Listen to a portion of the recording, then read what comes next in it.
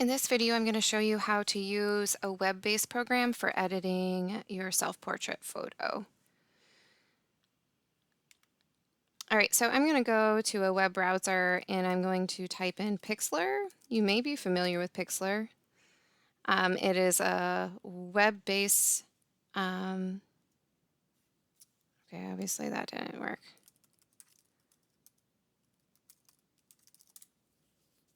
There we go, this is the right one. It's a web-based photo editor it's an option as far as using it to edit your self-portrait photo. So I'm going to click on the Pixlr E, which is an advanced photo editor, because we're going to be doing some advanced stuff here. So it should look like this. So I'm going to upload an image that I've already saved. So if you're using your computer to edit, then you're going to need to somehow get your photo that you're going to use onto your computer. So that's like a little bit more complicated. You can upload it somehow. You can upload it to a OneDrive using your OneDrive app in order to edit it. So I have a couple photos saved that I want to use. So I'm going to open up both of them. So here I have one. I'm going to open up another one. We're going to kind of do two at the same time. So these are not pictures of myself. These are the two pictures of my kids that I took. Now, so what makes a good photo for this project? Well, you want it to be clear. You don't want it to be like super grainy. If it's like too dark, that doesn't work. Another thing that is also good is for having some contrast in it. So some highlights and some shadows. And we can increase those highlights and shadows as well using the photo editor before we posterize. So really what we're going to be painting here is your like highlights and your shadows, and we're going to be blending out into those areas and letting the background of your painting show through. So really we're looking at our highlights and our shadows as far as painting. So make sure you have some good highlights and shadows. All right, so the first thing I'm going to do is I'm actually going to rotate this. It really bothers me that they're not in the correct orientation. So I'm going to go to image rotation and then click on that. That looks good. Now I'm going to click over to the other one and do the same thing. Image rotate. There we go. Now I'm really going to be focusing in on the face, and so I want to crop out any background business that isn't going to be needed. Now I'm not going to paint any of that background, so I might as well just get rid of that in any unnecessary stuff. All right.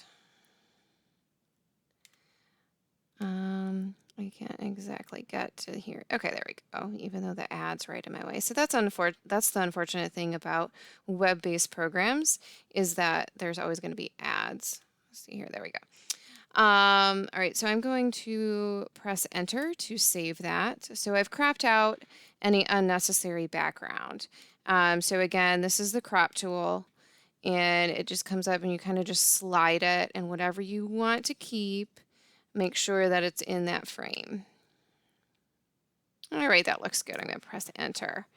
All right, so I did say, well, hey, we can up our contrast a little bit if we want. Another thing that we're going to want to do is make it black and white. So in Pixlr, we have an auto black and white, which is kind of awesome. So that automatically makes it black and white.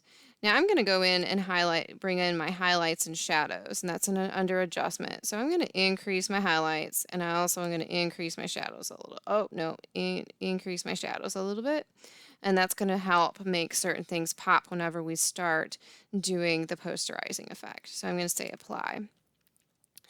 All right, so the next thing we're going to do is we're going to posterize. So I'm going to go into adjustment and scroll all the way down here to posterize. So currently it's on nothing. So this is just a sliding thing. So notice that's like two colors, but there's no color in it. So you want to be able to see your highlights, you want to be able to see your shadows, but you also want to be able to see the details of the face. Otherwise it's going to be a little bit difficult. So I like this. This is on 4. And if I look to see how many values, it's 1, 2, 3, 4, 5 values. And actually 5 values is like definitely like the best you can do for this project. So I'm going to keep it at that and say apply. Now, I haven't saved this or anything like that. I want to click over to Joey, and I'm just going to show you why we change it to black and white. So if I skip that step and don't convert it to black and white, it gets a little complicated.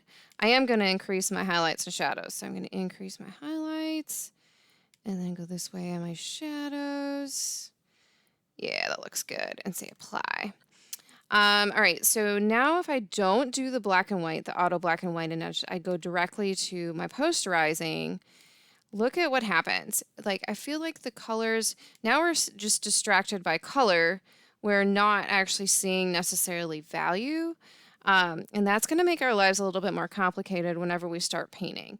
Doing painted portraits is kind of complicated, and we need to simplify it a little bit.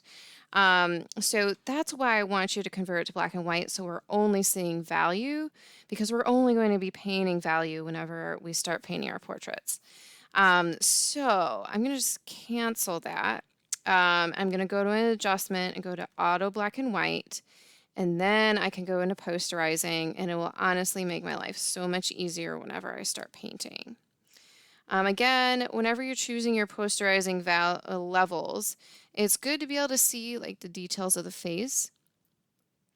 So I can, but also it's also good to be able to see the different values. I'm going to see here. This is 1, 2, 3, 4, 5, 6. That's about 6. That's probably pretty good. So I'm going to say apply. All right, so saving these. I'm going to go to File, and I'm just going to save and see what happens. All right, so I have some choices here. I want to keep it on JPEG. I'm going to say posterize Pixlr because I have one that's already posterized. I want it high quality, and I can even up that to 100. And then I'm going to say download. All right, so it looks like it goes into my downloads folder. So that's cool. We'll go find that in a minute. All right, I'm going to close this. I'm going to do the same thing here. I'm going to save, and this is going to be posterized Pixlr, and I'm going to up that to 100 and download. All right, so I'm actually going to want you to submit 2 photos, one with the posterizing and one without the posterizing. So if I come in here and go Control Z, it automatically gets rid of the last step I did. Control Z undoes your last step. And so now it's no longer posterized. So I am also going to need to save this one too. So this one is just going to be black and white. And I want it high, and I'm going to say download. All right, so I need to do that same thing with Joey. All right, so again, close, okay. So I'm going to Control Z, automatically undoes my last move that I made, and then I'm going to say save. And this one's going to be black and white. And then I'm going to say download. All right, so all of these went into my downloads folder, so I'm going to show you where to find that downloads folder. I'm going to close that. So if I go into this folder here, if I click on my folder and I go in my downloads, there are my photos. So I can click and select on those and right click and copy, and then I can post them into whatever folder I need them to be in. So I know where they are, I know where they're hanging out, and I can submit them for printing. All right, for some reason I can't right click right now, but that's what I will do.